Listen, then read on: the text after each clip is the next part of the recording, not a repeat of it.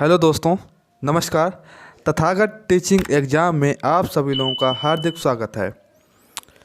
आज हम लोग मनोविज्ञान में कुछ क्वेश्चन को पढ़ने की कोशिश करेंगे। पहला प्रश्न हमारा है, मनोविज्ञान में निरीक्षण पद्धतियाँ कितने प्रकार की होती हैं।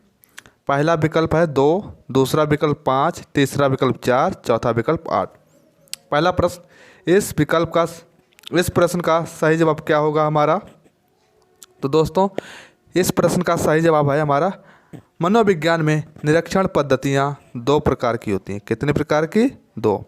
अगर आपसे दूसरे तरह का प्रश्न पूछा जाए कि निरीक्षण पद्धतियाँ कौन कौन सी होती हैं, तो आप लोग कौन कौन सी बताएंगी।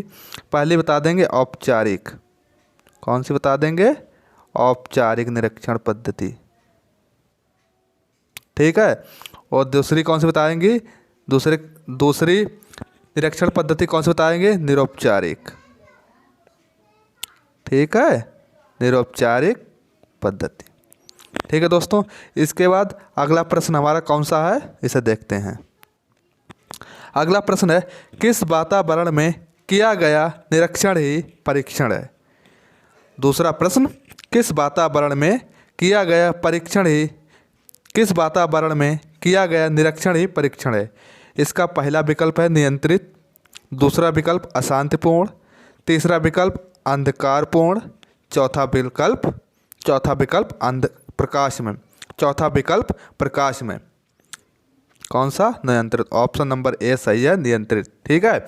यानी किसी वातावरण में किया गया निरीक्षण ही परीक्षण है। किस वातावरण में? नियंत्रित वातावरण में किया गया परीक्षण, नियंत्रित वातावरण में किया गया निरीक्षण ही परीक्षण है, ठीक है। इसके बाद देखेंगे अगला प्रश्न हमारा क्या होता है, ठीक है। अगला प्रश्न हमारा है, प्रयोगात्मक पद्धति को पूर्ण वैज्ञानिक रूप देने में किन कठिनाइयों का सामना करना पड़ता है। प्रयोगात्मक पद्धति को पूर्ण वैज्ञानिक रूप देने में किन कठिनाइयों का सामना करना पड़ता है। इसका पहला विकल्प है दशाओं का नियंत्रण, परिणामों का सत्यापन, वस्तुनिष्ठता, यह सभी। इसका सही विकल्प चयन कीजिए। इसका सही विकल्प क्या होगा दोस्तों? इस प्रश्न का सही जवाब होगा हमारा ये सभी। यानी प्रयोगात्मक पद्धति को पूर्ण वैज्ञानिक रूप देने में हमें दशाओं का नियंत्रण का भी सामना करना पड़ेगा, परिणामों का सत्यापन जो होगा उसका भी सामना करना पड़ेगा, और वस्तुनिष्ठता, इन सभी को ध्यान में रखकर ही हमें कठिनाइयों का सामना करना पड़ेगा। इसका इसलिए सही जवाब कौन सा होगा? यह सभी, ठीक है। इसके बाद हमारा अगला प्रश्न क्या है?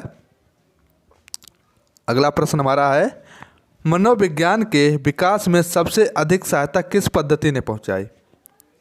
प्रश्न कह रहा है, मनोविज्ञान के विकास में सबसे अधिक सहायता किसने पहुंचाई।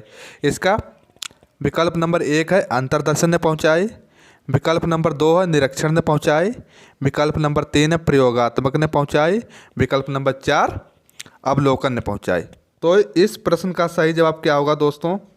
इस प्रश्न का सही जवाब है हमारा प्रयोगात्मक। कौन सा? प्रयोगात्मक। इस प्रश्न का हमारा सही जवाब कौन सा? प्रयोगात्मक, ठीक है। इसके बाद अगला प्रश्न फिर देखेंगे हम लोग क्या है, शर्म तथा गर्व जैसी भावना का विकास किस अवस्था में होता है, ठीक है। शर्म तथा गर्व जैसी भावना का विकास किस अवस्था में होता है? शैशवावस्था में, बाल्यावस्था में, किशोरावस्था में, या वृद्धावस्था में, ठीक है। तो इस प्रश्न का हमारा सही जवाब क्या होगा दोस्तों? बाल्यावस्था में, ठीक है। कौन सा? बाल्यावस्था में। इसके बाद अगला प्रश्न फिर हम लोग देखेंगे। अगला प्रश्न हमारा, शिक्षा मनोविज्ञान में अध्ययन और अनुसंधान के लिए सामान्य रूप से प्रयोग किया जाता है क्या? आत्मनिष्ठ, वस्तुनिष्ठ, उपरोक्त दोनों, या कोई नहीं। इस प्रश्न का सही जवाब क्या है दोस्तों? बताइए आप सभी लोग। इस प्रश्न का सही जवाब है वस्तुनिष्ठ भी होना चाहिए और आत्मनिष्ठ भी होना चाहिए और वस्तुनिष्ठ, यानी दोनों चीज़ों का होना आवश्यक है मनोविज्ञान अध्ययन और अनुसंधान के लिए, ठीक है। तो इसका सही जवाब क्या होगा? उपरोक्त दोनों, यानी दोनों, ये वाला भी और ये वाला दोनों होना चाहिए। तो इसका उत्तर कौन सा? उपरोक्त दोनों, ठीक है। इसके बाद अगला प्रश्न हम देखेंगे, व्यक्तियों से भेंट करके समस्या संबंधी तथ्य एकत्रित करना किस विधि का रूप है। किस विधि का रूप है यहाँ पर दोस्तों? तो इस किस विधि का रूप, तो यहाँ पर बताना है, ठीक है। कौन सी विधि होनी चाहिए? साक्षात्कार विधि, प्रश्नावली विधि, परीक्षण विधि या तुलनात्मक विधि, ठीक है। तो इसका सही जवाब क्या होगा दोस्तों? इसका सही जवाब होगा साक्षात्कार विधि।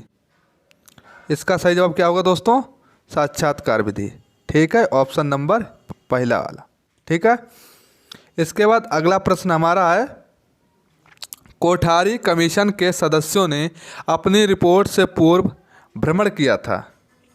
कोठारी कमीशन जो एक बनाया गया था, उन लोगों ने अपनी रिपोर्ट सौंपने से पहले कहाँ का भ्रमण यानी कहाँ की यात्रा की थी? जापान की थी, ठीक है। किसकी की थी? जापान की थी, अमेरिका की थी, पाकिस्तान या भारत की? तो इस प्रश्न का हमारा सही जवाब क्या है? भारत की। क्या है? भारत की। यहाँ की यात्रा इन लोगों ने की थी, ठीक है। उसके बाद अगला प्रश्न हमारा है, व्यक्तित्व शब्द का उद्गम किस भाषा से हुआ है? व्यक्तित्व शब्द का उद्गम किस भाषा से हुआ है? हिंदी से हुआ है, ठीक है, या आपका जर्मन से हुआ है, या लैटिन से हुआ, या जापानी से, ठीक है। इस शब्द का यानी व्यक्तित्व शब्द है, इसका उद्गम किस भाषा से हुआ? तो इसका सही जवाब क्या है? लैटिन। क्या है? लैटिन। सही जवाब लैटिन। उसके बाद अगला प्रश्न है हमारा, यहाँ पर है केवल एक बार व्यक्तित्व। व्यक्तित्व व्यक्ति का संपूर्ण मानसिक संगठन है जो उसके विकास की किसी भी अवस्था में होता है। यह कथन किसने दिया था? बोरेन ने दिया था, या रेक्स रॉक ने दिया था, या डेसील ने दिया, या मन ने?